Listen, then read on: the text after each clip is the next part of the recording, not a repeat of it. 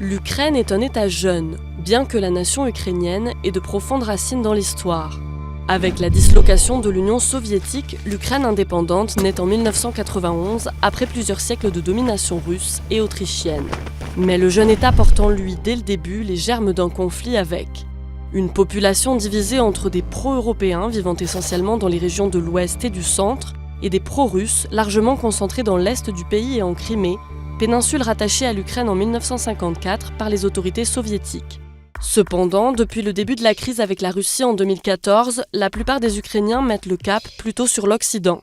La Crimée est annexée par Moscou en mars 2014 après une intervention militaire russe et un référendum dénoncé comme illégal par Kiev et les Occidentaux.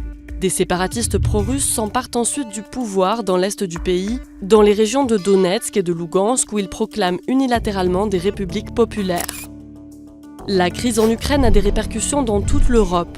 L'Occident a imposé des sanctions économiques à la Russie pour l'annexion de la Crimée et son rôle dans le conflit dans l'est de l'Ukraine, auquel Moscou a riposté.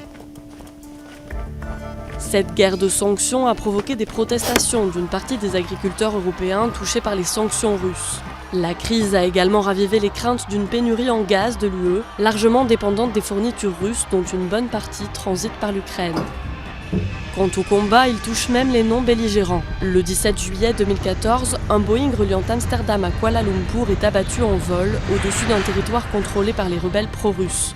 Le crash fait 298 morts. Une enquête pénale internationale a établi que le missile avait été acheminé de Russie avant d'être tiré.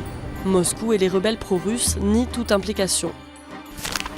Le conflit a causé la mort de presque 10 000 personnes et environ 1,7 million d'Ukrainiens ont été déplacés à l'intérieur du pays.